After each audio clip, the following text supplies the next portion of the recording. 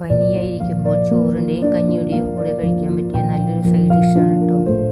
ഒരു ചട്ടിയിൽ കുറച്ച് വെളിച്ചെണ്ണ ചൂടാക്കി അതിൽ കുറച്ച് നാളികേരം ചിരകിയിടും, ഉള്ളിയും പുളിയും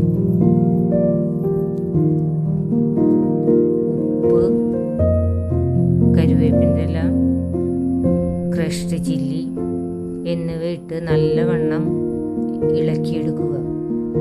അതിനുശേഷം കുറച്ച് നാരകത്തിൻ്റെ ഇല കൂടുതൽ വേണം, എൻ്റെ കയ്യിൽ കുറവേ ഉള്ളൂ. ചെറിയ കഷ്ണങ്ങളാക്കി അതിലിട്ട് ഒരു റെഡിഷ് കളറാവുന്നത് വരെ നല്ലവണ്ണം ഇളക്കുക. അതിനുശേഷം ഒരു മിക്സിയുടെ ജാറിലിട്ട് ക്രഷ് ചെയ്തെടുക്കുക, പൊടിച്ചെടുക്കണം. വെള്ളം തീരെ കൂട്ടാൻ പാടില്ല. കുറേ നാളിത് കേടുവ കൂടാതെ ഇരിക്കട്ടെ. ഒരു കണ്ടെയ്നറിലിട്ട് സൂക്ഷിച്ചാൽ മതി. വേപ്പില കട്ടി റെഡിയായിരിക്കുന്നു. ഇഷ്ടപ്പെട്ടാൽ ഉണ്ടാക്കി നോക്കണേ.